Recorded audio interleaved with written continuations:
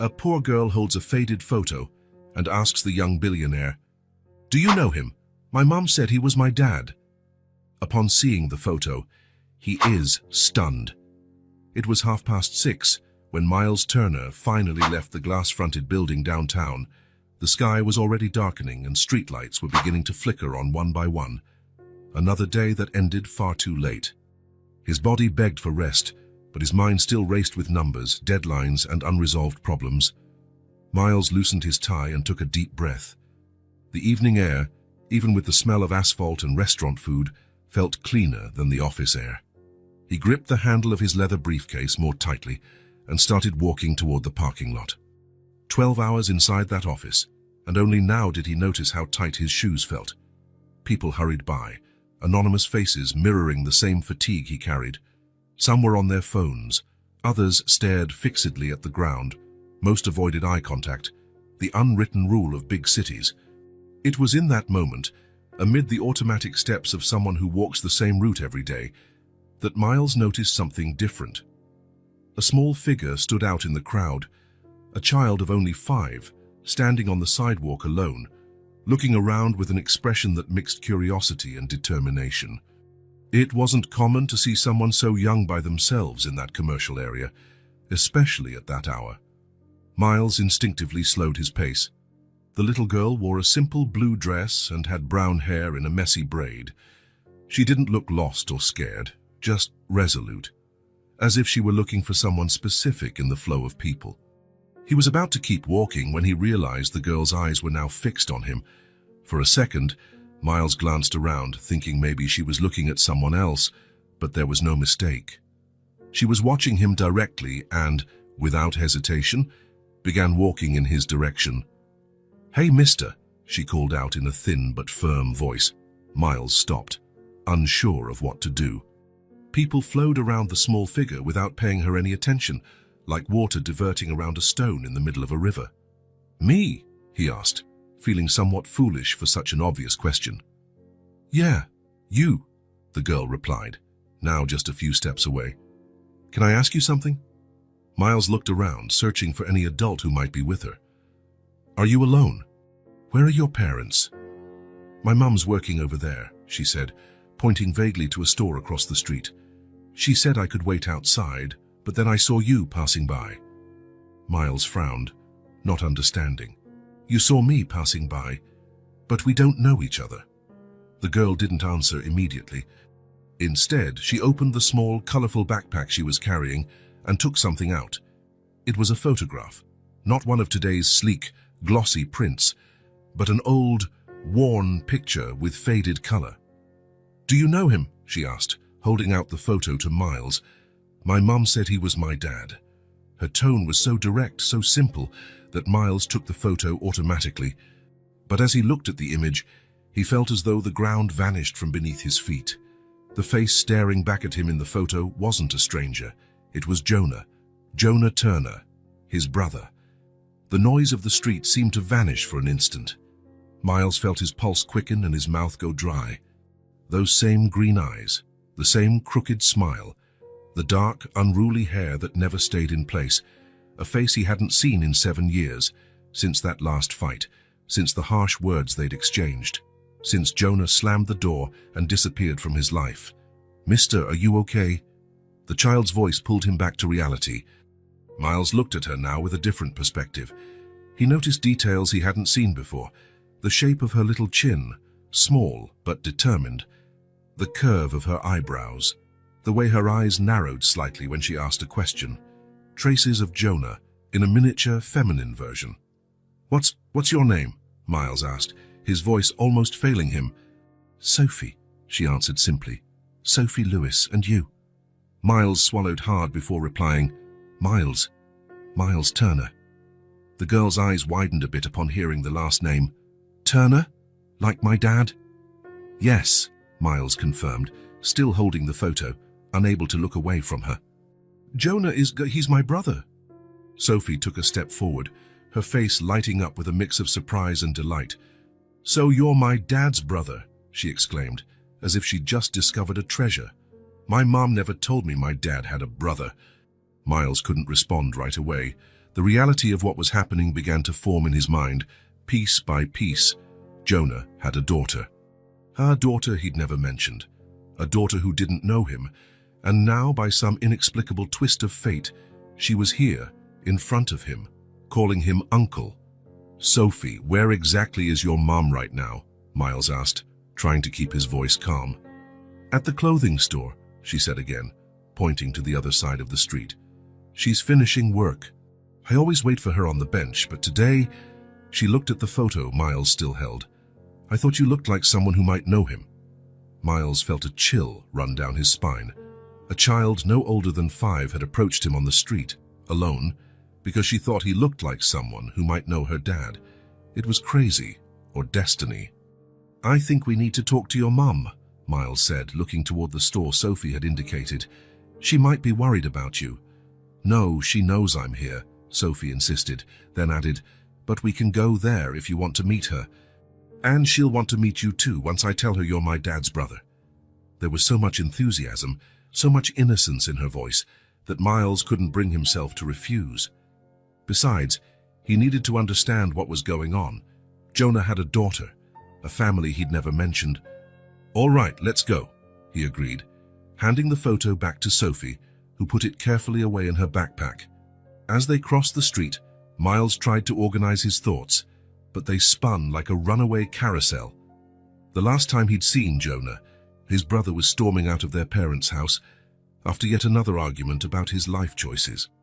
Jonah had always been the rebel, the dreamer, the one who rejected the safe path their family had set out. Miles, on the other hand, had followed every plan to the letter. College, stable career, financial success. Their arguments had grown more bitter over time, until one particularly tense night, words were spoken that couldn't be taken back. Jonah said he'd rather disappear than live under the family's stifling expectations. Miles responded that maybe it would be for the best, and Jonah did exactly as he'd promised. He vanished. For years, Miles tried to find him. At first, out of guilt and concern. Then, when his brother's silence proved deliberate, pride took over, and Miles stopped looking. Now, walking beside this child who called his brother Dad, he felt a wave of remorse so powerful it nearly stopped him in the middle of the street. The store was small, specializing in women's clothing. A door chime sounded when Miles and Sophie entered. The interior was cramped, with racks of colorful dresses and a few mannequins in the window. Behind the counter, a young woman was finishing up with a customer. After a brief conversation, Miles accepted Sophie's invitation to see her home. He accompanied her to an old building not far away.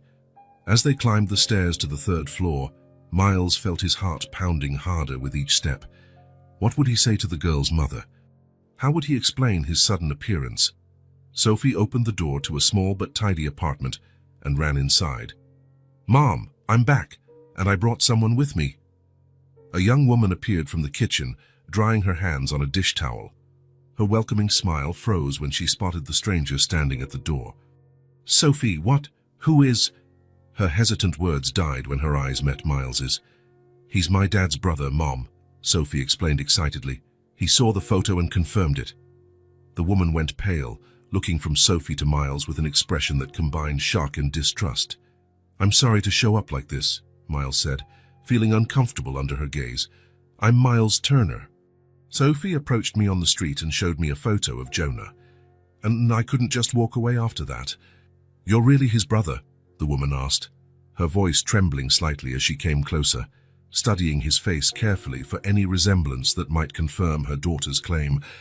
"My name is Grace Lewis," she introduced herself formally, though the stiffness in her posture showed how tense she really was.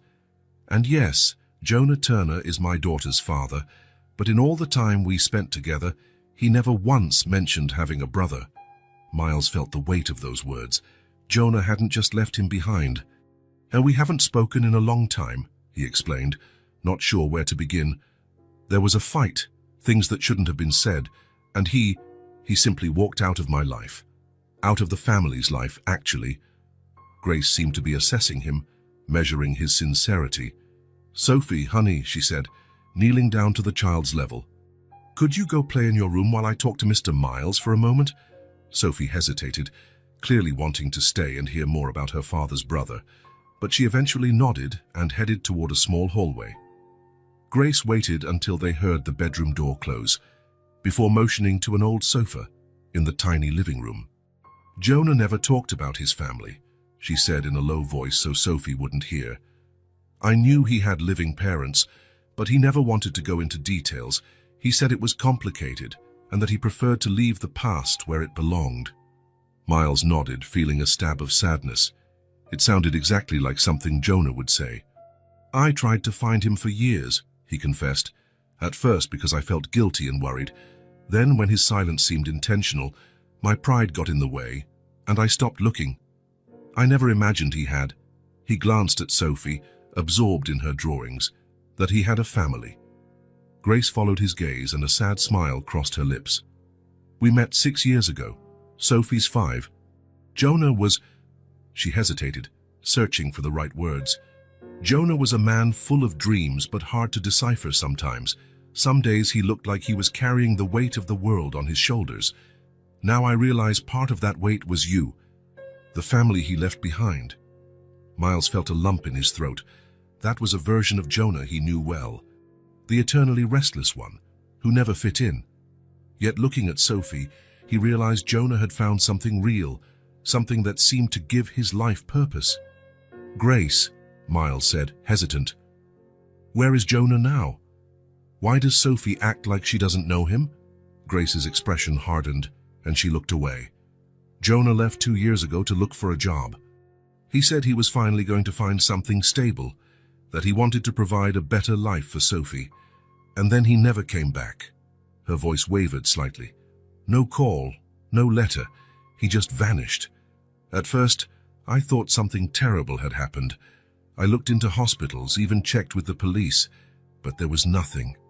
It was as if he disappeared into thin air." Miles felt his blood run cold. It made no sense. Jonah might have had issues and been impulsive, but abandon his child, his family. "Do you really think that he abandoned you?" Miles asked, unable to hide his disbelief. Grace shrugged, a gesture that tried to seem indifferent but failed. "At first, no. I was sure something serious had happened.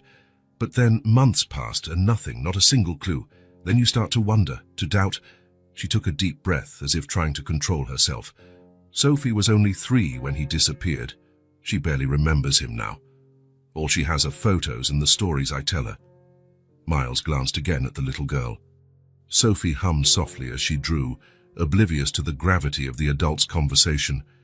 A child growing up without a father, thinking he had walked away from her. "Something's off," Miles said with conviction.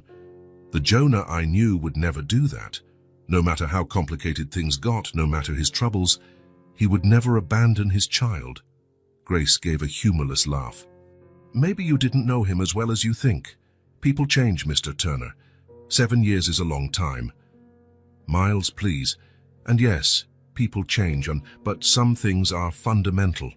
Jonah always had issues with authority, expectations, rules, but he never ever turned his back on those who truly mattered." A flicker of doubt crossed Grace's face. She seemed like she wanted to believe him but was afraid to be disappointed again. "So what are you suggesting?" Miles looked her straight in the eye. "That something happened to my brother, something that kept him from coming back to you, and I want to help figure out what." Grace blinked rapidly, as if holding back tears. Then she looked at Sophie, lost in her world of drawings and colors. "Why?" she finally asked, turning back to Miles. "Why do you care after all this time?" The question struck him like a blow, because it was fair. Why care now? Because he'd just discovered he had a niece. Because the guilt for losing his brother had never fully gone away. "Because he's my brother," he replied simply. "And because she," he pointed at Sophie, "deserves to know the truth, whatever it may be." Grace studied his face for a long moment before nodding.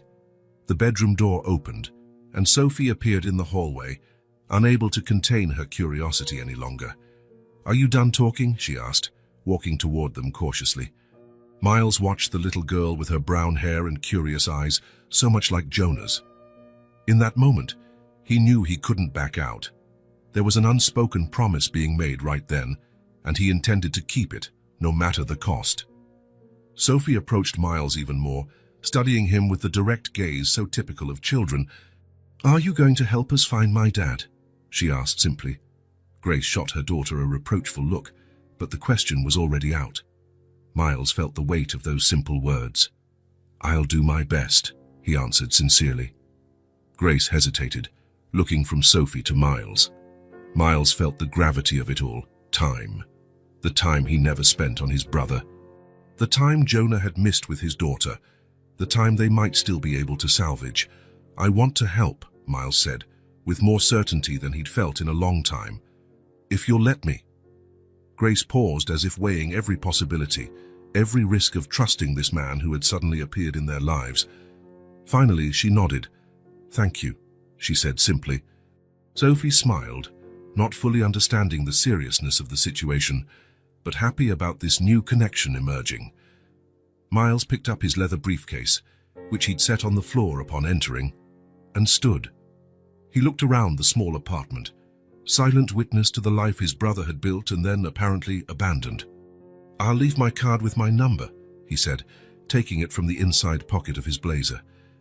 "Please call me if you need anything or if you remember any detail that might help."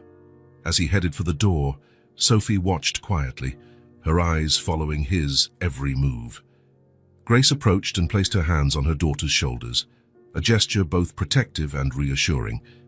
Out in the hallway, Miles paused, taking a deep breath. Night had fully fallen. Through the corridor window, the streetlights reflected off the damp asphalt, creating puddles of light in the darkness. Miles looked at the starless sky, feeling the weight of the responsibility he'd just assumed. He would find Jonah. He would discover the truth. It was a silent promise made to Sophie, to Grace, to himself, and above all to the brother he'd lost so long ago. The digital clock on the bedside table read 3:47 a.m. Miles turned over in bed for what felt like the 1,000th time, unable to sleep. The white ceiling of the bedroom seemed like a screen onto which images of the day were endlessly projected. Sophie. A 5-year-old girl with the same green eyes as Jonah, the same stubborn chin. A child growing up without a father, a child he hadn't even known existed until a few hours ago. Miles got up and went to the window. The city lights shimmered outside, points of brightness piercing the darkness. How many stories like his were happening at that very moment? How many separated families, estranged siblings, children growing up without knowing parts of their own stories? He went into the kitchen and poured himself a glass of water.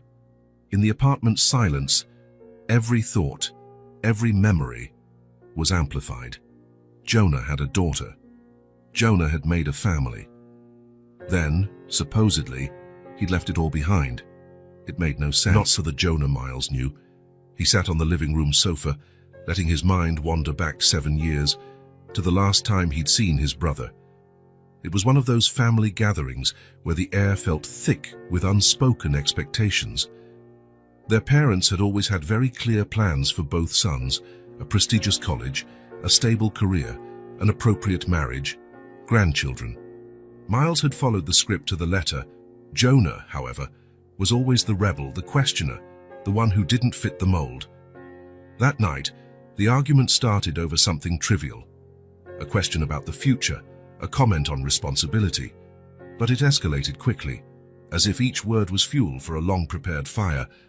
"Are you ever going to grow up, Jonah?" His father's voice echoed in his memory. "Will you ever take real responsibility?" "What is your problem?" Jonah yelled back, his voice raised. "Why can't you just accept that I want to live my life my own way?" Miles remembered siding with their parents, as always. The good son, the model child, the one who understood the family's concerns. "It's not about your way, Jonah," he intervened. "It's about maturity, about understanding that there are expectations." The look Jonah gave him then, a look of betrayal, of deep disappointment. "Expectations?" Jonah laughed, a mirthless sound. "You call them expectations. I call it a prison. You think you know what's best for me, but you never stop to ask what I want, what makes me happy."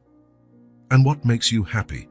Living aimlessly, without plans," Miles shot back. It makes me happy not to have to answer for my choices. It makes me happy to breathe without feeling like I'm letting everyone down just by being myself. Miles hadn't understood back then. He couldn't grasp the weight Jonah carried. Maybe it's best if you leave then, he'd said, words he should never have uttered.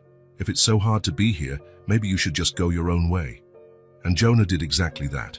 He walked out the door that night and never returned. No calls, no messages, no address left behind. He vanished like smoke. Miles rubbed his face with his hands, returning to the present. Now he understood, at least partially. Jonah had found his own path. He'd met Grace, had Sophie. He'd built a life far from the suffocating expectations of the family, but to abandon that life? Abandon his child? That didn't line up with the brother he knew. As rebellious and impulsive as Jonah was, he had principles. He had a heart. Miles got up and went to his office. He opened a desk drawer and took out an old photo album. On the first pages, 2 smiling boys, one on each side of a sandcastle. In the next, the same boys, older, giving each other an awkward teenage hug. Then fewer and fewer pictures of them together, as their paths gradually diverged. He ran his finger over one of the last pictures of Jonah, the crooked smile, the green eyes he now saw reflected in Sophie's. He had failed him. As the older brother, he'd chosen judgment instead of understanding. Now, 7 years later, life was giving him a second chance. A chance to find Jonah, to understand what really happened, to fix past mistakes. He closed the album with determination. It wouldn't be easy. 2 years had passed with no leads, no news, but he had resources, he had contacts, and, more importantly, he had a reason not to give up. For the first time in years, Miles felt a true sense of purpose. He would find Jonah, not just for Sophie or Grace, but for himself. To have the chance to say what he'd never said, that he was sorry, that he didn't know how to be the brother Jonah needed, that he loved him, despite everything. When morning light began to fill the apartment with a soft glow, Miles was already on the phone, the first of many calls he would make. The first step in a journey of redemption. He would find out what happened to Jonah, and in the process maybe discover something about himself as well. In the office of Turner Investments, Miles was looking out at the city through a panoramic window while talking on the phone. This would be his 5th call of the morning, yet another conversation with a contact who might help him find Jonah. I understand your concern about privacy, Carly, but we're not talking about a stranger. He's my brother, Miles explained, gripping the phone tightly. I just need to confirm whether he appeared in any emergency records over the past 2 years. On the other end of the line, Carl Henderson, director of one of the largest hospitals in the area, hesitated. Carl and Miles had known each other for years, ever since Miles's company became a major donor to the institution. You know that information is confidential, Miles, even for benefactors like you. I'm not asking for medical records. I just want to know if he was admitted at any point. Miles paused. Please, Carl. He has a daughter, a 5-year-old who hasn't seen her father for 2 years. Silence lasted a few seconds before Carl sighed in response. I can check our system, but only if there was some record of him coming in. Nothing more, and I'll do it personally without involving the staff. Thank you.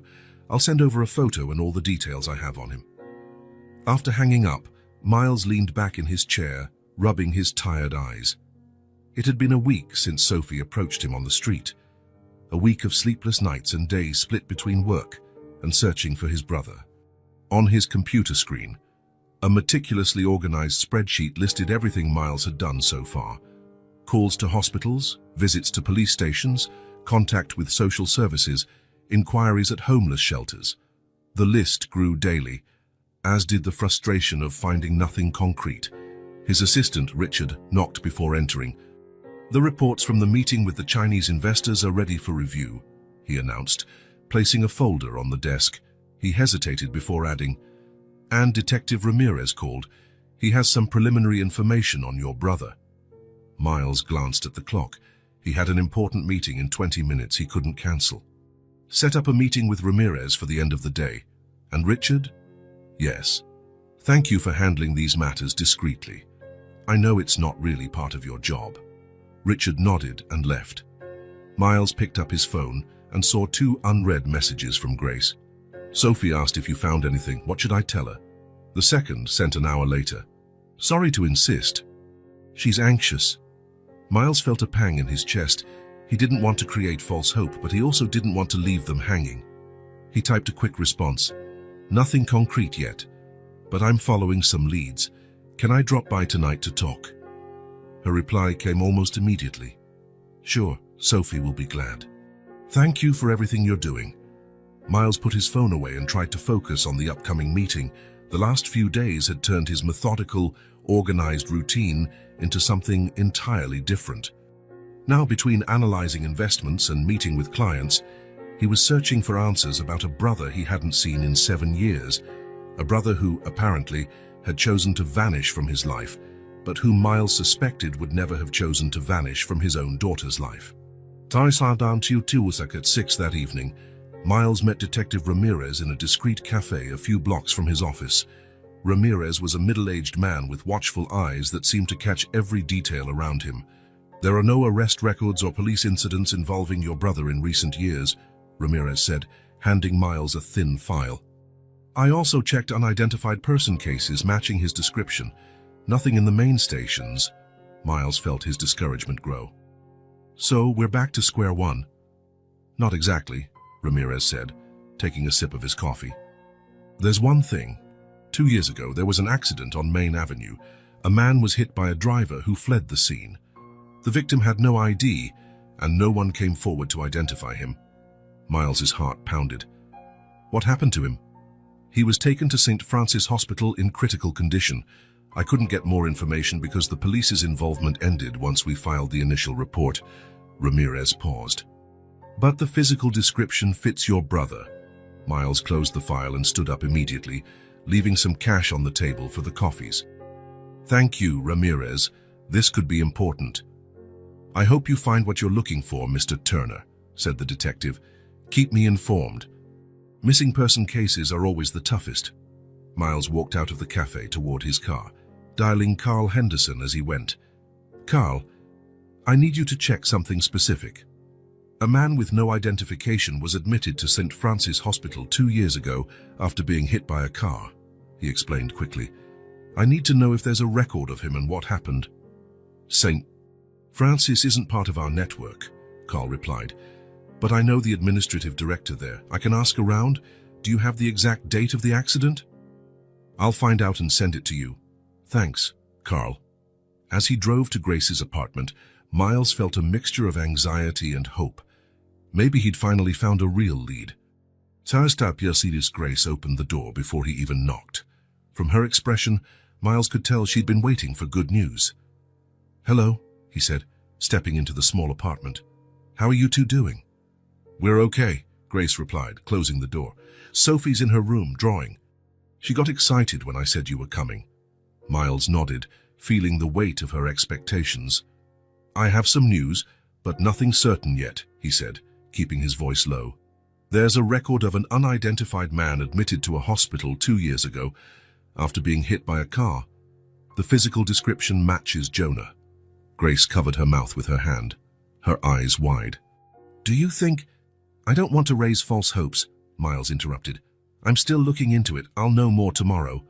Miles, came Sophie's voice from the hallway. She ran into the living room with a bright smile. Did you bring news about my dad? Miles and Grace exchanged a quick glance before he bent down to her level. I'm still searching, Sophie. These things take time. Her smile faded a little. But you will find him, right? I'm doing everything I can, Miles answered, feeling the weight of that implied promise. Sophie nodded, apparently satisfied. During the simple dinner Grace prepared, Miles watched the interaction between mother and daughter. How Sophie talked non-stop, telling stories about her day at school, how Grace smiled despite her tired eyes, listening closely to every word her daughter said. They had built a life together, adapting to Jonah's absence.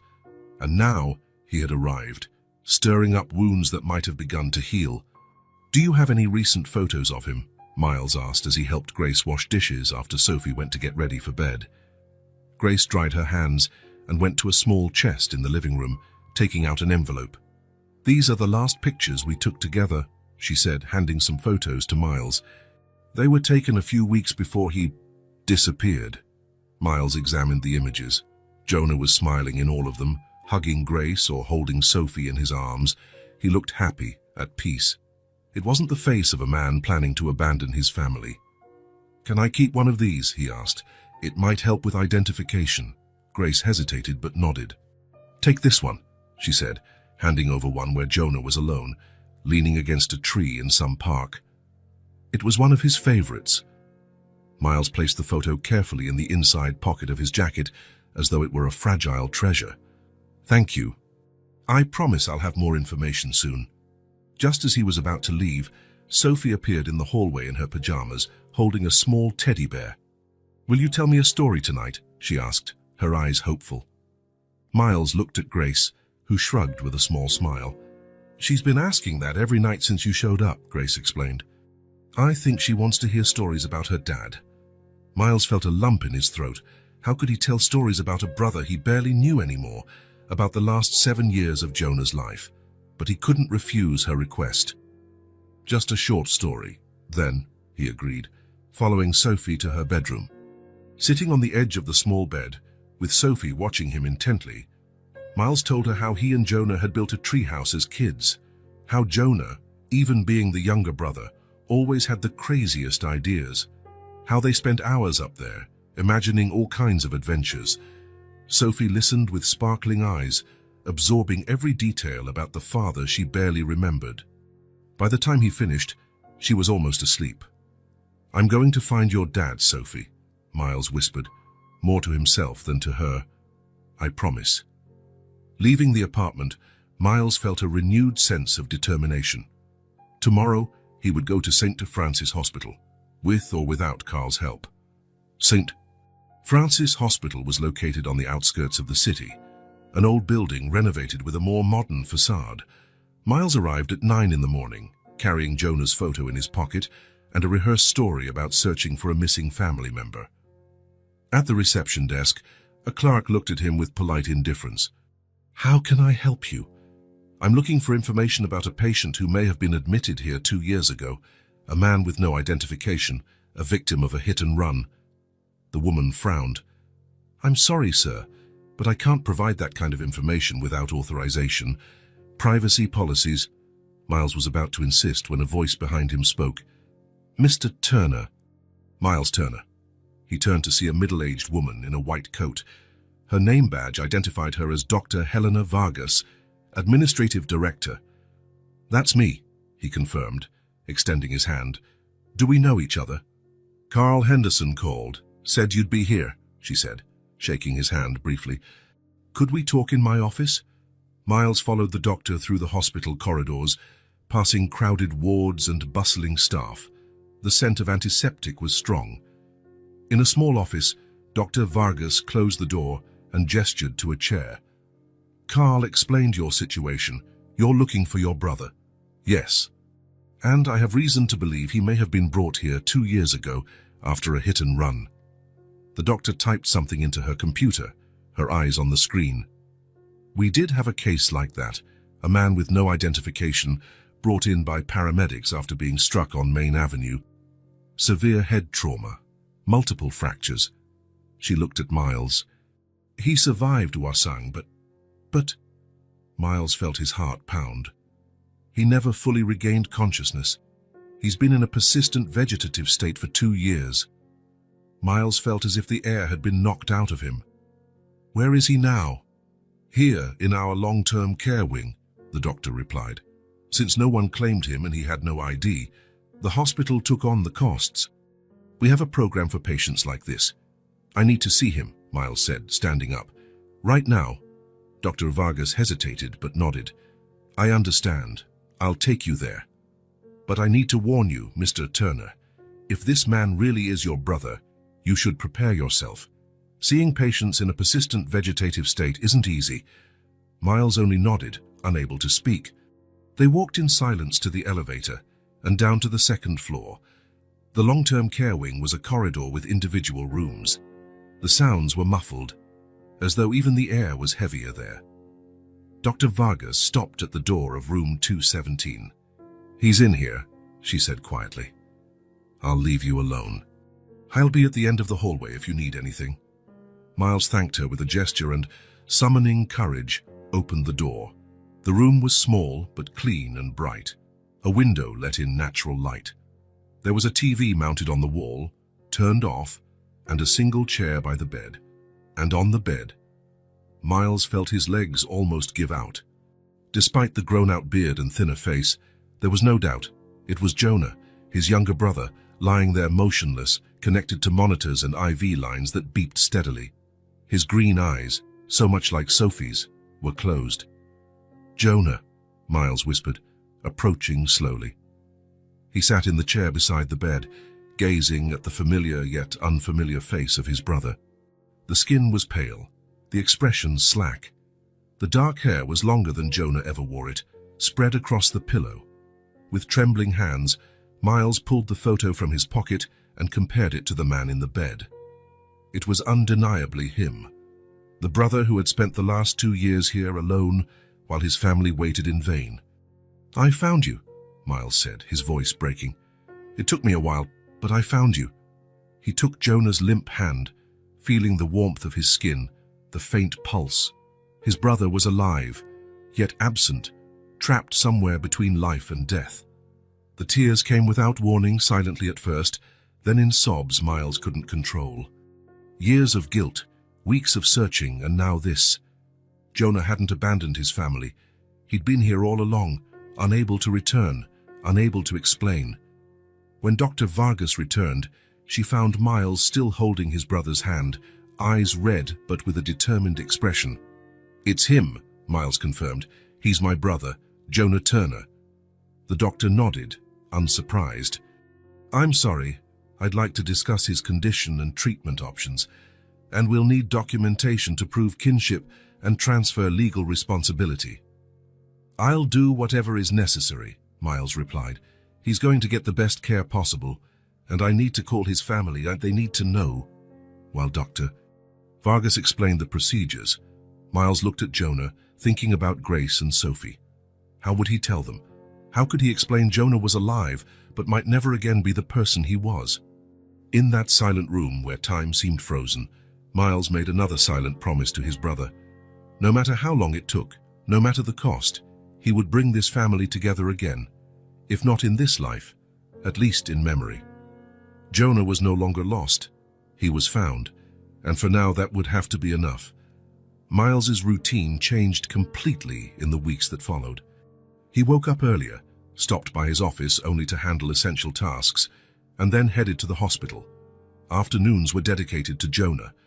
What began as an obligation turned into a need. Room 217 now had personal touches. A small radio played music Jonah had liked in their youth. On the walls hung family photos Miles had salvaged from old albums, along with newer pictures of Sophie and Grace. The nurses commented on how the room seemed more alive, even if its occupant remained motionless. "I brought something different today," Miles said on a rainy afternoon, pulling a book out of his briefcase. "Remember this. It was your favorite when we were about 12. It was a worn copy of Treasure Island, its pages yellowed with age. Miles had found it in a box in his parents' attic, among other childhood relics. I'll read some of it to you. Who knows, maybe it'll spark some memory, right?" Miles settled into the chair and started reading out loud. The words flowed, transporting him back to summer afternoons when the two brothers took turns reading, each acting out different characters. That was their daily routine. Miles read, talked, and told stories of work, the weather, the news. Most importantly, he talked about Sophie and Grace. "Sophie's amazing, you know," he remarked, closing the book after a few chapters. "She has your stubbornness, that little frown when she's focused, and your eyes, Jonah, exactly like yours." One of the monitors beeped differently for a moment, and Miles briefly imagined it was a response, but it was only a normal variation in the readings. "Grace is handling this well considering the circumstances," he continued. "She's strong, stronger than I imagined. She spent 2 years raising Sophie alone, working, making things run." Miles adjusted Jonah's pillow, a gesture he'd learned from the nurses. "She never lost hope that you'd come back. She saved your things, Your photos. Talked about you to Sophie every day. You chose well, brother. She truly loves you. The visits became a place for Miles to unload all he had never said. Apologies, shared memories, confessions. I should have come after you sooner, he admitted on a particularly tough afternoon. I should have insisted. Maybe if we'd kept in touch, you would have called me that day instead of facing the rain alone. Maybe I could have picked you up, and none of this would have happened.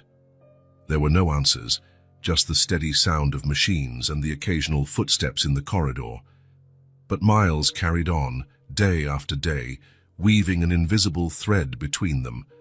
One Wednesday, Miles arrived with something special, a colorful drawing Sophie had made, depicting 3 stick figures, one tall with a tie, obviously Miles, a medium one with long hair, Grace, and a small one in a dress, Sophie. In the corner, a 4th figure lay in a bed. Sophie did this yesterday, Miles said, taping the drawing to the wall beside the bed. She asks about you every day, wants to know when she can see you. Miles studied Jonah's still face, looking for any hint of reaction. I'm thinking of bringing her here. What do you think? He paused, as if truly awaiting an answer. Grace is worried it might be too much for a 5-year-old, but I think Sophie's stronger than we realize. As he left the hospital that afternoon, Miles called Grace. She won't stop asking, Grace said after hearing his suggestion. Every night before bed, she wants to know when she can see her dad. But I'm scared, Miles. What if it's too traumatic for her? I understand your concern, but I think she needs this. She needs to see that he's here, that he didn't choose to leave her.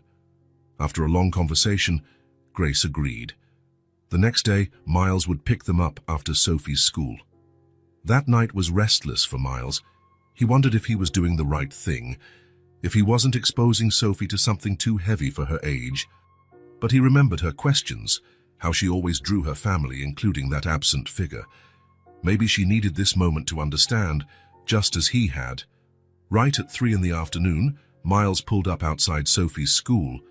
Grace was already there, holding her daughter's hand while Sophie swung her colorful lunchbox, talking animatedly. Are you sure about this? Grace asked quietly when they approached the car. We have to trust her, Miles replied, opening the back door for Sophie. During the drive to the hospital, Sophie fired off questions. She wanted to know if her dad would recognize her, if she could hug him, if he would speak to her. Miles and Grace exchanged glances in the rearview mirror, trying to explain as simply as possible that Jonah was in a special kind of sleep, that he might not be able to answer yet, but would definitely be able to hear her. In the hospital parking lot, Sophie suddenly fell silent. Her excitement gave way to visible nervousness, reflected in how tightly she clung to Grace's hand. It's okay, sweetheart, Grace reassured her, crouching down to look her in the eyes. We can just say hello and leave if you want. You don't have to stay if you feel uncomfortable. Sophie nodded seriously, and they walked inside. The walk to room 217 had never felt so long to Miles. Each step echoed in the quiet hallway. When they reached the door, he turned to Sophie. Remember what we talked about? Your dad is sleeping, and there are some machines helping him stay healthy. It might look scary, but he's just resting. Sophie nodded, holding Grace's hand even tighter. Miles opened the door slowly. The room looked as it always did, gently lit by sunlight through the window, the rhythmic beeping of the monitors. Jonah lay there, unmoving against the white pillows. Sophie hesitated on the threshold, her wide eyes taking in the scene. Do you want to go in? Grace asked kindly. The girl nodded and took a step inside. Her gaze never left her dad's face. She walked slowly to the bed, still gripping Grace's hand. Hi, Daddy, she said so softly it was nearly a whisper. No one else spoke. The only sounds were the steady beeps of the equipment. Sophie let go of her mother's hand and moved closer, until she was right by the bed. Carefully, as though afraid of hurting him, she reached out her small hand and touched Jonah's. The sight of those two hands, her tiny, delicate one on Jonah's larger, motionless one, forced Miles to look away for a moment, his throat constricting with emotion. Sophie stayed like that for a while, just holding his hand, studying his face with surprising intensity for one so young. Her eyes flicked to the tubes, the wires, the monitors. She seemed to be taking it all in, processing it in her own way. After a few minutes, Sophie looked at Miles. "Is he going to wake up?" she asked, her voice small but resolute. Miles swallowed hard. He crouched to her level, looking directly into her eyes so much like Jonah's. "I hope so, Sophie. And I'm doing everything I can to help him come back." She nodded, pondering his answer. Her eyes were dry, but there was a seriousness there, more fitting for an adult than a child. "Can I sit with him?" "Of course," Grace answered, pulling a chair closer to the bed. Sophie sat down and unzipped her backpack, taking out a drawing pad and colored pencils. Casually, as though it was something she did every day, she started to draw. "I'm making a new picture," she explained, focused on the page. "This one will show the three of us together."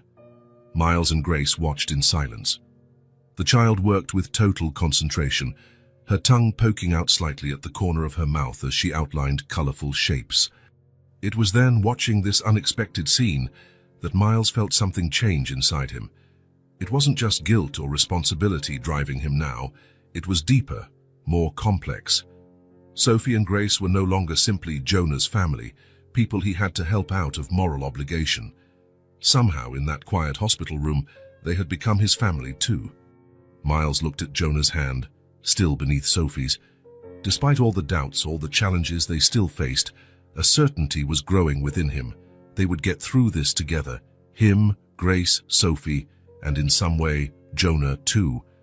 There, in the silence broken only by the soft beeping of machines and the gentle scratching of pencils on paper, Miles realized he was already part of this family, even without knowing how it all began. And instead of frightening him, that realization brought an unexpected peace.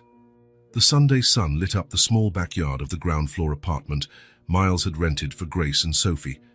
It was a simple place, but airy, with enough outdoor space for Sophie to run around. The move had happened only 2 weeks prior, prompted by convenience. The new address was closer to the hospital, and by the need for a fresh start. Sophie ran across the grass, chasing a yellow butterfly. Her brown hair streamed behind her, and her occasional laughter reached the kitchen, where Miles and Grace sat at the table. The aroma of freshly brewed coffee filled the air. Miles watched through the window, coffee cup in hand, lost in thought. Grace stirred sugar into her cup absent-mindedly, not really drinking. The silence between them wasn't uncomfortable. Over the past few weeks, they'd settled into a rhythm, a shared routine centered on Sophie and hospital visits to Jonah. "She seems happier here," Grace observed, following Miles's gaze to the yard. "I don't know if it's having space to run or if it's because now she knows where her dad is." Miles nodded. "Kids are surprisingly resilient," he replied, setting his mug down. "More so than us adults." Grace gave a small smile, agreeing. Another moment of silence followed, but this time with a question hanging in the air, one Miles had been postponing. "Grace," he began, choosing his words carefully. "There's something I've wanted to ask you about, if you don't mind talking about it." She raised her eyes from her cup, expectant. "How did you and Jonah meet?" The question lingered for a moment. Grace didn't look surprised, as though she had been expecting this. "It was 6 years ago," she said, leaning back in the chair. A small smile tinged with sadness formed on her lips. "I worked in a crafts shop at the old neighborhood fair on weekends. You know that street fair with food stalls and street artists?" Miles nodded, though he'd never actually been there. "Jonah used to play guitar near my stall. He wasn't like the other musicians who passed through quickly, collected a few coins, and left. He stayed in the same spot for hours, playing songs hardly anyone knew." She smiled at the memory. "He didn't seem to care if he earned any money or not. He played as if it was the most natural thing in the world, with no rush." Miles could picture it clearly. Jonah always had that quality, the ability to be fully present in the moment, not worrying about before or after. "We first spoke when I offered him a glass of water on a particularly hot day," Grace continued. "He thanked me like I'd given him something precious. He had that way, you know, making you feel special for small gestures." She paused to sip her now cold coffee. "We started talking every weekend. He helped me set up and take down the stall. Sometimes he brought me a sandwich or coffee. He was kind, funny, seemed out of sync with the hurried world, like he belonged to another time. Miles listened carefully, discovering a version of Jonah he'd never known, or maybe one that had always been there but he'd never truly seen. When we started dating, he moved into my tiny apartment. He didn't have many possessions, just his guitar, some clothes, and books. He got by on temporary jobs and the tips from playing at the fair. Grace looked directly at Miles. He never told me he came from a wealthy family, Miles. Never said he had a brother.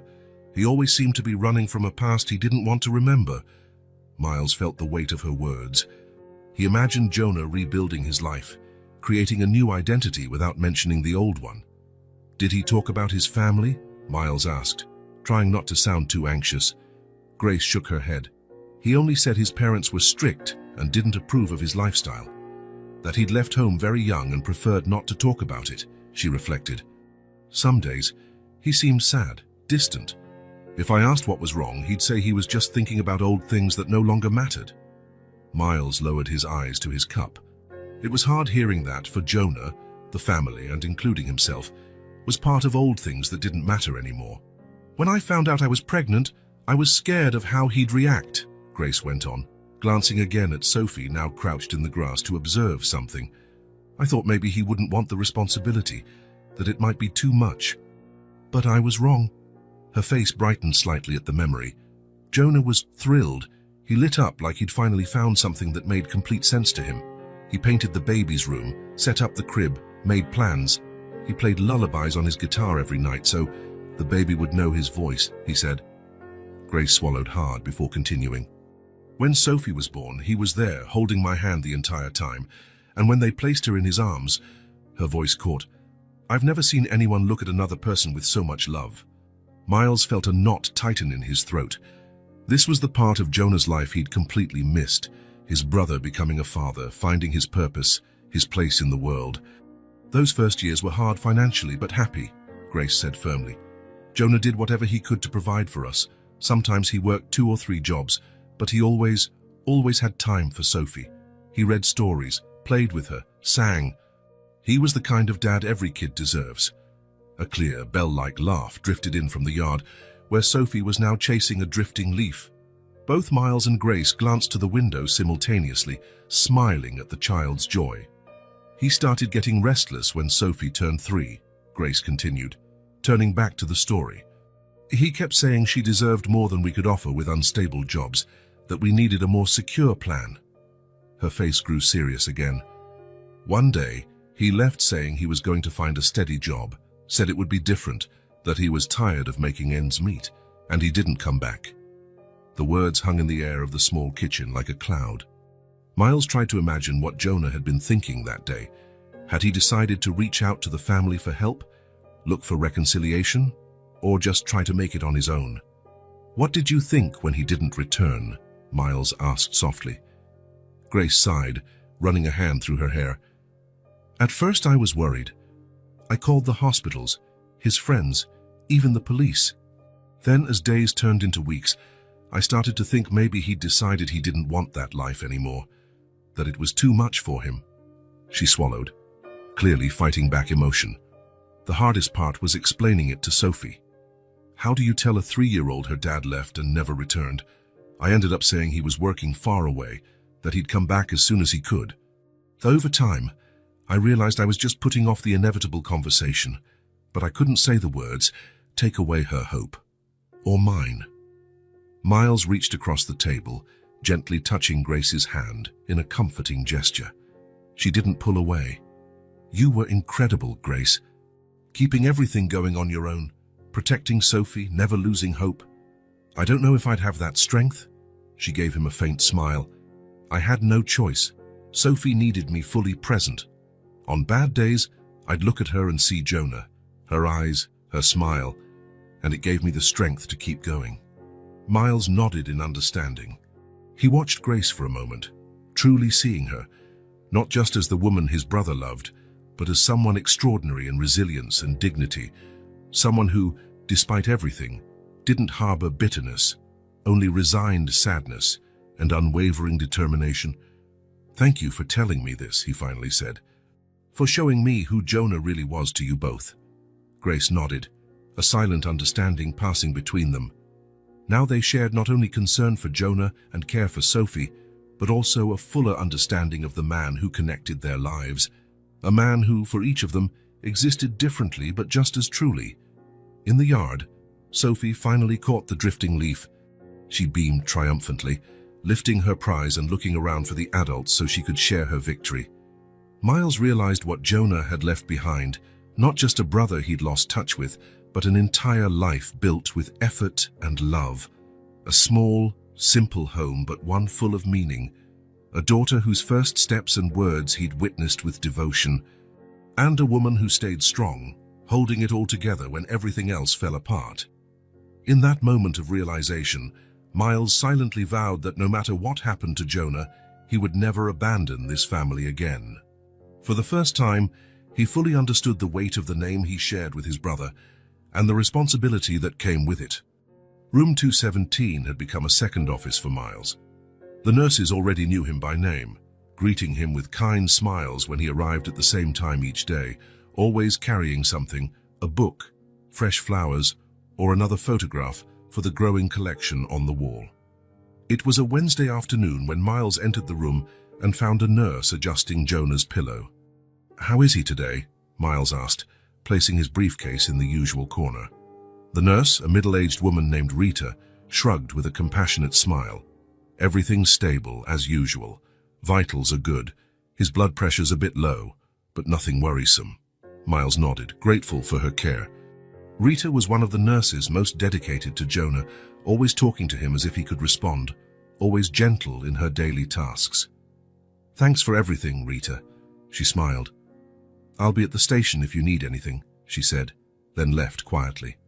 Miles took his seat beside the bed. He pulled out that day's newspaper and started reading the headlines aloud, as he did every day.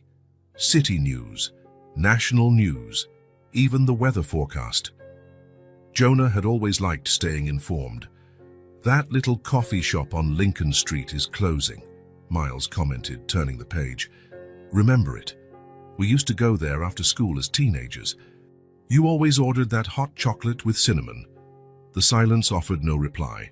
Miles kept reading, occasionally pausing to connect the articles to shared memories. It was his way of keeping Jonah's identity alive, reminding him who he was, where he came from. When he finished the paper, Miles sat quietly for a moment, simply watching his brother. 2 months had passed since he'd found Jonah in this hospital, and nothing had changed. The doctors avoided predictions. "Every case is unique," they said. "We must remain hopeful but realistic." Miles leaned forward, performing the gesture that had become part of his routine. He took Jonah's hand. The skin was warm, alive, but gave no sign of returning his grip. "You were always the stubborn one in the family," Miles commented, trying to smile. "From the time we were kids, once you set your mind to something, nobody could talk you out of it. Remember when you broke your arm at 9? You climbed that huge tree in the backyard, even though Dad told you not to." The memories flowed more easily now, like a river that had finally found its course after being dammed for years. "I said I was going to tell Dad, and you dared me to do it. When you fell and broke your arm, I thought you'd cry, but no." Miles shook his head, recalling the scene. "You just looked at me with those defiant green eyes and said, 'Now you can tell.' And I didn't. I couldn't." As he spoke, Miles's voice grew choked. Every day, he kept it together, talking to Jonah as if he were just asleep, ready to wake any moment. But today, something felt different. Maybe it was exhaustion. Maybe the weight of weeks of hope unfulfilled. "I wish you could hear me," Miles said, squeezing Jonah's motionless hand. "I wish we could make things right, Jonah. You have no idea how much I needed that, how much I needed you, and now," his voice broke, "all I want is to see you wake up." The tears he'd held back for so long began to fall freely. He made no attempt to stop them. He let them run down his face as he held his brother's hand, as if hoping to convey everything words couldn't express. "I should have fought harder for you, Jonah. I should have looked for you sooner." Sophie spent 3 years without knowing her uncle. Grace went through everything alone. "I lost you because of my pride, my stubbornness, and now..." Miles didn't finish the sentence. He didn't need to. In the silence of that room, with only the soft hum of monitors for company, he finally let the pain, regret, and fear come to the surface. He cried like he hadn't since he was a child, without shame, without restraint. When his tears subsided, Miles felt strangely lighter. He wiped his face with his shirt sleeve and took a deep breath, pulling himself together.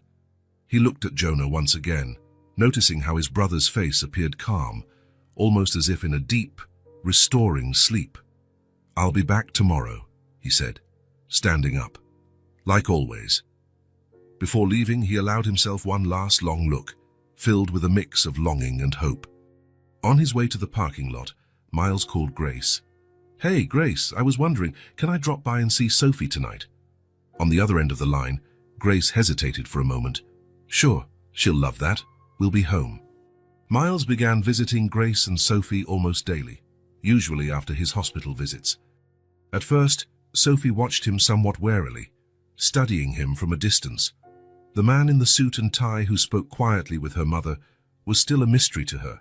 Grace never interfered in how their relationship gradually formed. She observed how Miles tried to get closer without pushing, giving Sophie time and space. She saw how Sophie, ever observant, watched his every move as if deciding whether she could trust him. One Wednesday afternoon, Miles arrived with a small gift wrapped in colorful paper. "I brought something for Sophie," he said to Grace, who opened the door looking surprised. "It's nothing big, just a children's book I saw at the bookstore. It's about dinosaurs." "I'm not sure she likes them." Grace smiled. "Why don't you give it to her yourself? She's in the living room." Miles found Sophie sitting on the floor, focused on a drawing. He approached carefully and sat on the sofa, close enough to see, but not so close as to intrude. "Hi, Sophie," he greeted. "Can I see what you're drawing?" She looked up, hesitant, but eventually slid the paper a bit toward him. It showed a big green dinosaur. "Do you like dinosaurs?" Miles asked, pointing to the figure on the page. Sophie nodded with a small smile. "It's a Tyrannosaurus Rex," she said. "They were the strongest one, but they had tiny arms. My teacher said they lived a long time ago, and now only their bones are in museums." It was the longest sentence Miles had heard her speak. He listened to each word like precious music. "I loved dinosaurs when I was your age too," he told her. "Actually, I brought you a present." He held out the wrapped gift, which Sophie took carefully. She opened it slowly, revealing a brightly illustrated dinosaur book with thick pages. "It has all kinds in there," Miles explained, with pictures and facts about each one. Sophie's eyes lit up as she flipped through the pages. "Thank you," she said quietly, not taking her eyes off the book. That was how it started. Over the following weeks, Miles would bring small gifts, a set of colored pencils, a puzzle, more books, nothing fancy or expensive, but always chosen thoughtfully, based on what she seemed to like. He never forced himself on her, merely sat near her, offering help when she needed it, or staying silent while she drew or read. Slowly, the distance between them began to shrink. Grace watched discreetly. She noticed how Miles, always so formal and composed, would sit on the floor to help Sophie with a puzzle. How he listened intently when Sophie explained a drawing she'd made. How he seemed to relax and smile more around the little girl. One day, just before dinner, Grace walked into the living room and was surprised by what she saw. Sophie showing Miles how to draw a triceratops, guiding his hand on the paper. "No, not like that," Sophie said with the seriousness of a teacher. "The middle horn is smaller. Try again." And Miles, focused as if closing the biggest deal of his life, followed her instructions with total dedication. Gradually, Sophie began to look forward to Miles's visits. She would ask when he was coming, save her drawings to show him, leave puzzles unfinished so they could finish them together. One day, to Miles's surprise, she asked him to play with her in the backyard. On another, she wanted him to read her a bedtime story. Small gestures, but enormous in terms of trust earned. Miles felt a shift within himself. It was more than just worrying about Jonah or feeling responsible for Grace and Sophie. It was a sensation he'd almost forgotten, a tenderness he hadn't experienced in a long time, as if some space inside him, empty for years, was slowly being filled. On a Saturday in October, under a bright blue sky, Miles had an idea. "Grace, would you mind if I took Sophie to the park?" he asked over breakfast. "There's a pond with ducks near my apartment. I thought she might like it." Grace considered it for a moment. "If she wants to go, it's fine by me." Sophie, who'd been listening from the living room, appeared at the kitchen door with shining eyes. "Can I bring Ducky?" she asked, referring to the teddy bear she almost never left at home. Miles smiled. "Of course. I'm sure Ducky will love meeting real ducks." The park was busy that weekend morning, families enjoying the pleasant weather. Miles walked at a leisurely pace, matching Sophie's steps as she skipped beside him, curious about everything around her. Every few yards, she stopped to point out a flower, a colorful leaf, a bug. When they reached the pond, they found a wooden bench partly shaded by an old tree. They sat side by side, watching the ducks paddle lazily in the calm water. "Do they sleep in the water?" Sophie asked, hugging her teddy bear. "Some do," Miles replied. "They can sleep with half their brain at a time, so they stay alert for predators." Sophie's eyes went wide, impressed by the fact. Miles watched her for a moment, this child so small and yet so strong. Summoning courage, he spoke quietly. "Sophie, I wanted to tell you something about me and about your dad." She turned to him, full attention, still clutching her teddy bear tight. "I'm your dad's brother. My name is Miles Turner. We grew up together, but we haven't seen each other for a long time. Life drove us apart." Sophie furrowed her brow, processing the information. "Did you fight with him?" The question, so direct and simple, took Miles by surprise, but he decided to answer just as honestly. "Yes," he said with a sad smile. "But I never stopped loving your dad. And now that I've found you and your mom, I want to do everything I can to take care of you. And most importantly, I want to help your dad get better. I really want to see him wake up." Sophie lowered her eyes, thinking, and ran her fingers absent-mindedly over her teddy's worn ear. Miles didn't rush her, letting her have time to absorb what he'd said. A duck approached the bank, eyeing them hopefully for food. After what felt like a long reflection, Sophie scooted closer on the bench until her small body touched Miles's arm. Then slowly, she leaned her head against it. "I think he'd like knowing you came back," she said softly. Miles felt a surge of emotion so intense that for a moment he worried he couldn't contain it. Carefully, he put an arm around Sophie's shoulders in a gentle hug. "Thank you for saying that," he managed. They stayed like that for a while, watching the ducks, feeling the autumn sun shining through the leaves. Sophie, comfortable, began talking about her school, her friends, and how she was learning to write her full name. Miles listened, answering her questions, laughing at her funny stories.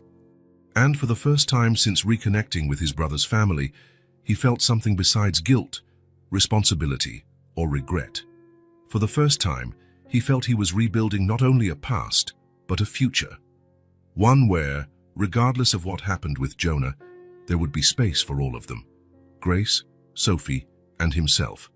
Their family united not by what had been lost, but by what could still be found. Autumn pressed on, coloring the trees in the park near the hospital in shades of red and gold. It had been nearly 5 months since Miles found Jonah. 5 months of daily hospital visits, one-sided conversations and waiting. A routine had developed into something almost comfortable. Office in the morning, hospital in the afternoon, dinner with Grace and Sophie a few times a week. That Thursday, Miles arrived at the hospital carrying a folder of old photos he'd found at his parents' house. Pictures of 2 boys building a snow fort, fishing in a lake, blowing out birthday candles. Memories of a time when the world seemed simple and the future endless. "Good morning, Jonah," he greeted upon entering the room, as he always did. Unlike the early weeks when silence unnerved him, Miles now felt at ease talking to his brother even without response. He had a growing certainty that, on some level, Jonah heard him. "I brought something special today," he said, sitting in the chair by the bed. "Remember that summer camp we went to in Greenwood? You were 10 and scared of the ghost stories the older kids told." Miles opened the folder and began removing photos, describing each one in detail. recounting the stories and moments. It was part of a technique suggested by Dr. Chen, the neurologist overseeing Jonah's case. Familiar stimuli, especially tied to strong emotional memories, can help patients in a minimally conscious state, she had explained. "This one is from your 13th birthday," Miles said, smiling at a picture of Jonah blowing out candles on a chocolate cake. "You asked for a bass guitar as a present, remember? Dad nearly lost it when you started practicing in the basement. He said it wasn't music, it was noise." As he spoke, Miles placed the photos on the bedside table, forming a visual timeline of their shared childhood and adolescence. Softly, a playlist Sophie had helped create played on the radio. Music Jonah liked, according to Grace. "Sophie is learning to play the flute at school," Miles remarked, adjusting Jonah's pillow, another automatic gesture. "She practices every day. Grace says it's torture, but she laughs when she says it. I'm sure you'd be proud." It was at that moment, while straightening the sheet over Jonah's still form, that Miles noticed something. A subtle, almost imperceptible movement. Jonah's right index finger twitched. Miles froze, watching intently. It could have been a simple reflex, something that had happened before. The doctors had explained that involuntary movements were common in vegetative or minimally conscious states, but something felt different this time. "Jonah," he called, moving closer. "Can you hear me? If you can hear me, try moving your finger again." Silence. Only the steady hum of the monitors and the soft background music. Miles tried to rein in the wave of hope surging inside him. How many times had he imagined seeing signs of improvement that turned out to be nothing more than his own wishful thinking? He was about to give up when it happened again. The finger moved, with a bit more force this time, as though Jonah was trying to reach out. "Oh my God," Miles whispered, pressing the nurse call button. "Jonah, I'm here. Keep trying, brother." Rita, the nurse, appeared at the door. "Is everything all right, Mr. Turner?" "His finger, it moved." "Twice," Miles explained, voice trembling with emotion. "It wasn't just a reflex, Rita. It was different." The nurse approached professionally, though cautious. She'd seen family members get overly hopeful many times. She checked Jonah's vital signs, performed some stimulation tests, and observed closely. "I'll call Dr. Chen," she finally said, with a small smile she couldn't fully hide. "It looks like there might be a change in his response pattern." As Rita left to get the doctor, Miles held Jonah's hand firmly. "I knew it," he said softly. "I knew you'd come back." Time seemed to crawl until Dr. Chen arrived. Miles stayed by the bed, talking non-stop, showing Jonah the photos, encouraging any reaction. Twice more, Jonah moved his fingers. Then something else happened that nearly stopped Miles's heart. A sound, not a word, just a soft murmur, almost inaudible, but definitely coming from Jonah. When the neurologist finally walked in, Miles was practically buzzing with anticipation. "He moved, doctor, and he made a sound, I'm sure of it." Dr. Chen, a middle-aged woman with keen eyes behind thin-framed glasses, approached the bed. Her expression was calm and professional as she examined Jonah methodically, checking his pupillary responses and reactions to verbal and tactile stimuli. "Mr. Turner, how long ago did you notice these changes?" "About 20 minutes, Miles replied, watching her every move. "First his finger, then..." He tried to say something, "I'm sure of it." The doctor made some notes on Jonah's chart, then turned to Miles. "There are some signs of increased neurological activity," she said carefully. "His pupillary reflexes are more responsive, and there are indications of voluntary movement, not just a reflex." Miles felt a wave of hope so strong he had to steady himself on the bed rail. "Does that mean he's waking up?" Dr. Chen took off her glasses, a gesture Miles recognized. She always did it before giving important news. "What we're seeing suggests your brother may be transitioning from a vegetative state to a minimally conscious state," she explained. "It's significant progress, but you need to understand that we're still far from a full recovery." "But it's a good sign, right?" "Yes, Mr. Turner, it is a good sign. We'll increase the frequency of cognitive tests and start a new stimulation protocol." Miles could barely contain his emotions. After months of uncertainty, here was something concrete, beyond his stubborn hope. "May I call Grace?" She'll want to know. The doctor nodded. Of course, but remember, we must be cautious with our expectations. Recovery from brain injury is a slow and unpredictable process. Even with the doctor's cautionary tone, Miles felt a certainty building inside. Jonah was coming back. Maybe not completely. Maybe not as before. But he was coming back. After Dr. Chen left, Miles immediately called Grace. He moved.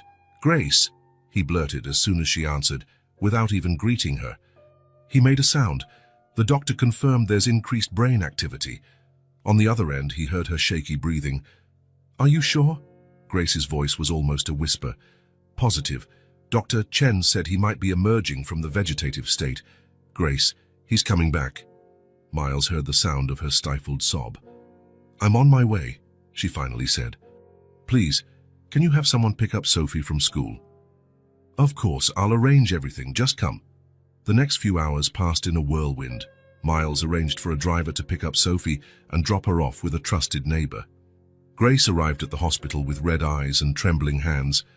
Together, they waited by Jonah's side, watching every slight movement, every change in the monitors. Dr. Chen returned in the late afternoon with a bigger team, a physical therapist, a speech therapist, and another neurologist. They performed a battery of tests while Miles and Grace observed from a distance, holding hands without realizing it, united by anxiety and hope. We'll adjust his medication and start a more intensive stimulation program, Dr. Chen explained after finishing her evaluations. The next few days will be crucial. Night had fallen by the time the medical team finally left, leaving Miles and Grace alone with Jonah. The room was silent except for the familiar beeping of the monitors. Do you think he knows we're here? Grace asked, sitting beside the bed holding Jonah's hand. I'm sure of it, Miles replied. He's always known. They stayed like that for a while, each lost in their thoughts, until Grace decided to go home to be with Sophie. I'll stay here tonight, Miles said, just in case something happens. Grace nodded. Call any time, no matter what. After Grace left, Miles settled into the recliner the hospital staff had provided. The lights were dimmed, leaving only the soft glow of the monitors. He was exhausted but too keyed up to sleep. He continued talking to Jonah, off and on, recounting the day's events, the tests, Grace's arrival. It was just after midnight when it happened. Miles was dozing lightly when a more pronounced movement made him sit up. Jonah had turned his head slightly toward him. Then, the eyes that had remained closed for so long began to open. Miles jumped up, moving closer to the bed. Jonah? Jonah's eyelids fluttered, then opened completely. His gaze was unfocused, confused, but undeniably aware. Jonah, it's me. Miles, you're awake. Miles's voice broke with emotion. For a terrifying moment, Miles feared Jonah wouldn't recognize him, that the brain damage was worse than they'd hoped. But then, slowly, Jonah's eyes seemed to focus. He blinked several times, as if trying to adjust, and scanned the unfamiliar room, the equipment, the white walls. At last, his gaze landed on Miles. Miles, he murmured, his voice hoarse from disuse. Yes, Miles confirmed, gripping his brother's hand tightly. I've been here since I found you. I never left your side. Jonah appeared to process the information slowly. His face, blank for so long, now showed confusion, recognition, and finally emotion. He looked away, visibly struggling to keep himself together. I thought you'd never want to see me again, he finally managed, each word an effort. Miles shook his head, tears streaming freely down his face now. I should have come for you sooner. I regret everything, Jonah. The fight, the silence, the distance, he said, voice trembling. But I'm here now, and I want you to know, I never stopped being your brother. I never stopped caring. Jonah closed his eyes for a moment. When he reopened them, tears trailed silently down his cheeks. We still have time, right? The simple, direct question carried all the weight of their lost years, the words left unsaid, the lives that took separate paths only to converge at the most improbable moment. We have all the time you need, Miles answered, squeezing his brother's hand. No further words were necessary. Not then. The silence that once represented distance and loss was now filled with mutual understanding, a reunion that went beyond the physical. They stayed like that side by side, in shared silence, teary eyes reflecting everything that had been said and everything still to be lived. The road ahead would be long and undoubtedly difficult, but for the first time in a very long time, there was more than hope. There was certainty. Jonah had come back. And this time, Miles wouldn't let him go. The morning sun streamed through the hospital window blinds, creating golden stripes across the room. 3 days had passed since Jonah woke up. 3 days of medical tests, evaluations, and small victories. His arms were gradually regaining strength. His speech, initially hesitant, grew clearer with each hour. The doctors spoke of a remarkable recovery, while also warning of the long road still ahead. Miles waited in the hallway, checking the time every few minutes. Today was the day. Sophie would finally see her dad awake. Grace had prepared her as best as possible, explaining that he looked different, thinner, weaker, but he was still the same dad she knew from photos, the same one who loved her more than anything. When the elevator doors slid open and Grace appeared, holding Sophie's hand, Miles felt a tightness in his chest. The little girl wore a blue dress, the shade Jonah once said was his favorite, and clutched a colorful envelope. Her face revealed a mix of anxiety and anticipation that was almost painful to witness. "You're here," Miles said, crouching down to meet Sophie's eye level. "Your dad is really excited to see you." Sophie nodded, looking too serious for a 5-year-old. "Is he really better?" she asked in a small voice. "He is," Miles reassured her. "Still weak, but awake and talking. He really wants to see you." Grace kneeled beside her daughter, tucking a stray lock of hair behind Sophie's ear. "Remember what we talked about. Daddy still needs to stay in the hospital for a while, but now we can visit him and talk to him." Sophie nodded again, gripping the envelope tighter. "Can I give him my drawing?" "Of course," Miles said, smiling. "He'll love it." They walked slowly down the corridor, Grace and Miles exchanging anxious looks over Sophie's head. There was no way to predict how this meeting would go. How Jonah would react to seeing a daughter who'd grown so much in his absence. How Sophie would deal with this fragile version of the father she barely remembered. At the door to room 217, Miles paused. "I'll go in first, okay?" "Just to let him know you're here," Grace agreed, and Miles slipped inside, leaving the door partially ajar. Jonah was sitting up more than before, propped up on pillows. Someone, likely one of the nurses, had helped groom him, and his beard was trimmed. He looked nervous, fingers drumming lightly on the bedspread. "They're here," Miles said softly. Jonah took a deep, shaky breath. "How is she?" he asked, his voice still a bit rough. "She's anxious. Happy? A little scared, maybe," Miles replied honestly. "But mainly, she's here, ready to see you." Jonah closed his eyes for a moment, like he was summoning strength, then nodded. "I'm ready." Miles went back to the door and gestured gently. Grace entered first, her face a mixture of joy and apprehension. Sophie followed, holding her mother's hand, her steps small and hesitant. She stopped abruptly when she saw Jonah in the bed, her eyes wide. The room fell completely silent. Jonah stared at his daughter as if witnessing a miracle. His already teary eyes drank in every detail. The longer hair, the less rounded cheeks, the taller frame. The little girl he'd left at 3 was now 5, and that 2-year gap must have felt like a universe of difference. "She's so big," Jonah whispered, choked with emotion, voice cracking. How long was I like this?" Miles, and standing by the bed, placed a gentle hand on his brother's shoulder. 2 years, he said quietly. The impact of those words showed on Jonah's face. 2 years, 730 days lost. First day of school, birthdays, Christmases, baby teeth falling out. New words learned, fears overcome. Jonah brought his hand to his face, as if trying to hide the overwhelming emotion. "I missed 2 years of her life," he murmured, more to himself than to anyone else, the pain etched into each syllable. Sophie, who had been watching with the cautious stillness of a child in unfamiliar territory, released Grace's hand. Slowly, Deliberately, she approached the bed. Miles and Grace held their breath, letting the moment unfold on its own. When she got close enough, Sophie reached out, her small fingers carefully touching the hand Jonah had resting on the blanket. "But you woke up," she said, with the simple wisdom children often have. "And I waited. We drew pictures of you sleeping a bunch of times." Something broke inside Jonah at that moment.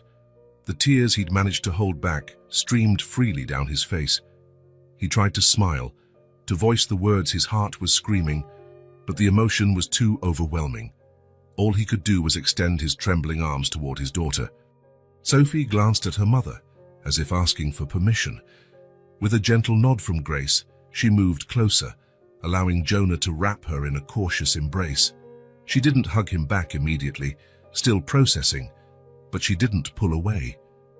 Miles averted his gaze, feeling tears sting his own eyes. He wiped them discreetly, giving father and daughter the moment that was rightfully theirs.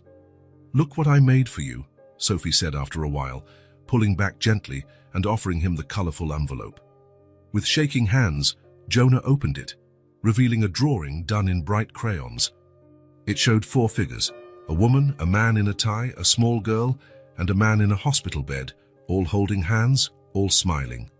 "That's our family," Sophie explained, pointing to each figure. "That's you, that's Mommy, that's Uncle Miles, and that's me." Jonah's fingers moved gently over the drawing, too choked up to speak. The lump in his throat was massive. The impact of those simple words, "our family," almost too big to bear. Grace drew closer, sitting on the edge of the bed. She took Jonah's free hand, her eyes reflecting emotions that words couldn't convey. "She asked about you every single day," Grace said softly. "We never truly let you go." Time seemed suspended, as though the outside world paused so this moment could unfold at its own pace. Sophie, with a child's natural resilience, began talking about school, friends, her favorite games. Jonah listened to every word as a gift, a glimpse into the years he'd lost. Eventually, Sophie began to look tired, and Grace suggested they come back later. The little girl agreed but insisted on giving her dad a kiss on the cheek, promising to bring more drawings tomorrow. After Grace and Sophie left, a different kind of silence filled the room. Miles, who had lingered discreetly in the background during the family reunion, came closer to the bed. "You have an amazing daughter," he said, sitting in the chair next to Jonah. "She's perfect," Jonah replied, voice still thick with emotion. "And I missed so much." "But you've gained a lot, too," Miles reminded him. "She waited for you. We all did." Jonah turned to look at his brother, really look at him, for the first time since waking up. "Why did you do all of this, Miles? After everything, after our fight, after I walked away?" "Because you're my brother," Miles answered simply. "And because I was wrong." There was no accusation in his words, no bitterness, just a straightforward truth, free of pride or pretense. "We both were," Jonah admitted, shifting his gaze toward the window where late afternoon sunlight was beginning to glow orange. "I should have explained better. I should have stayed in touch, at least. And I should have tried to understand, instead of judging," Miles continued. "But that's in the past now. What matters is what we do going forward." They fell silent for a moment, each absorbing the weight of those simple but profound words. There was no tally of grievances, no list of who hurt whom more. Just mutual acknowledgement of mistakes made, time lost, feelings that had survived in spite of everything. "I'm going to get better, Miles," Jonah finally said, a new determination in his eyes. "I'm going to leave this hospital. I'm going to be the father Sophie deserves." Miles smiled, squeezing his brother's shoulder lightly. "I know you will, and I'll be here every step of the way." Forgiveness hung in the air, unspoken but present. It was in the look they exchanged, in the silent pledge not to waste another day of what could still be lived. The journey would be long, but now a clear path lay before them, one they would travel as a family at last. Outside, the sun was setting, bathing the room in golden light. In Sophie's drawing, which Jonah now held to his chest, 4 stick figures smiled, linked by simple lines representing their joined hands, a humble image of everything that mattered. of everything that had survived despite loss and time. Spring brought more than sunny days. It brought Jonah home. 6 months after awakening from the coma, he finally walked out of the hospital, leaning on a cane and on Miles's shoulder. His body was still weak, his coordination impaired, but his eyes shone with renewed determination. Recovery was slow but steady. Physical therapy 3 times a week, speech therapy twice. Appointments with neurologists, occupational therapists, and psychologists filled the calendar Miles meticulously organized. Every small achievement was celebrated: holding a cup without spilling, climbing a single step unaided, speaking an entire sentence without stumbling. "I never thought it'd be this hard to relearn how to live," Jonah remarked one afternoon, frustrated after a grueling session. "But you are relearning," Miles replied, sitting next to him. "That's what counts." While Jonah fought to regain his skills, Miles worked tirelessly behind the scenes. Grace's old apartment was too small and lacked accessibility. Despite her initial resistance, he found a spacious house in a quiet neighborhood with a garden, wide rooms, and an adapted suite on the ground floor. "I can't accept this," Grace protested when Miles showed her the property photos. "It's not a gift, it's an investment in our family," he replied, surprising even himself with how natural the word "our" felt. "Sophie needs space to grow. Jonah needs a place that supports his recovery, and you deserve some peace after everything." The move happened gradually.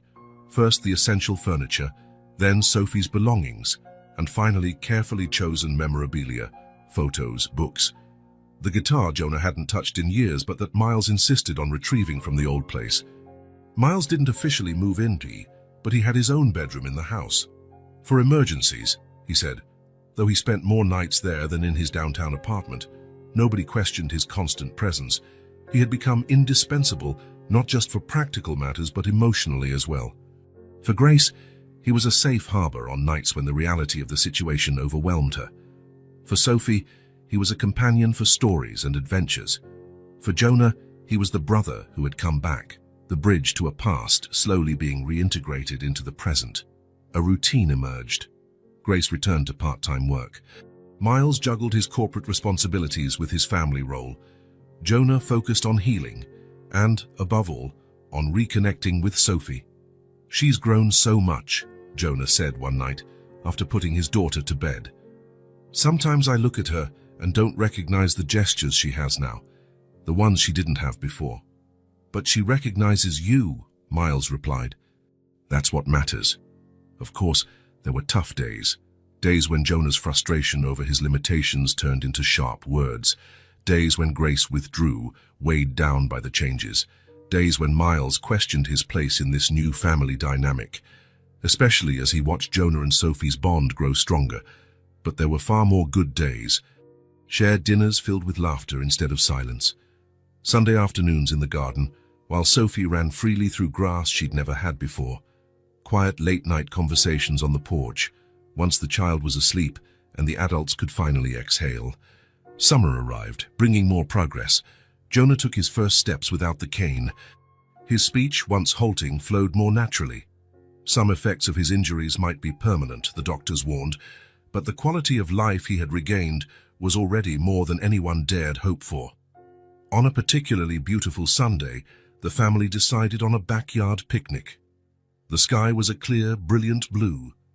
Jonah sat under an apple tree, watching the activity around him. Miles arrived carrying a basket of food Grace had prepared. Sophie dashed barefoot through the grass, chasing a butterfly. In that moment of perfect tranquility, Sophie suddenly abandoned her chase and ran toward Miles.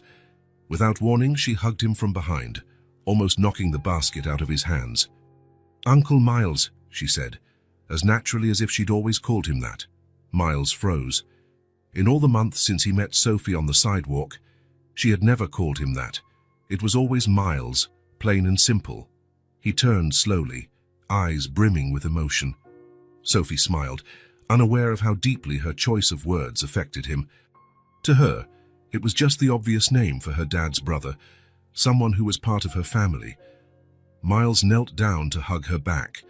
The word uncle felt like an unexpected gift, a silent acknowledgement of everything he'd been striving to be. Someone reliable, present, a permanent part of her life. "What's wrong?" Sophie asked, noticing the emotion in his eyes. "Nothing," Miles answered with a smile. "I'm just really happy to be here with you."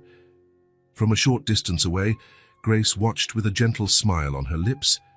Next to her, seated under the tree, Jonah observed in silence. There was a time he might have felt threatened or jealous, but now there was only gratitude. He gave a small nod, an almost imperceptible gesture that carried decades of unspoken history between brothers. That summer marked the start of a new chapter. The past was still present, in the physical and emotional scars they all bore. But there was finally space for the future to blossom. On the main wall of the living room, Miles helped Jonah hang 2 pictures. The first was the old photo Sophie had shown him on that first day. The second was a recent one of the 4 of them together in the garden, side by side. They were a portrait of what had been lost and what had been found. A visual reminder that, even after the longest silences, there is always a way back. If this story touched your heart, subscribe to the channel and turn on notifications so you don't miss the next ones. Leave a like because it helps this story get recommended to more people. See you in the next story.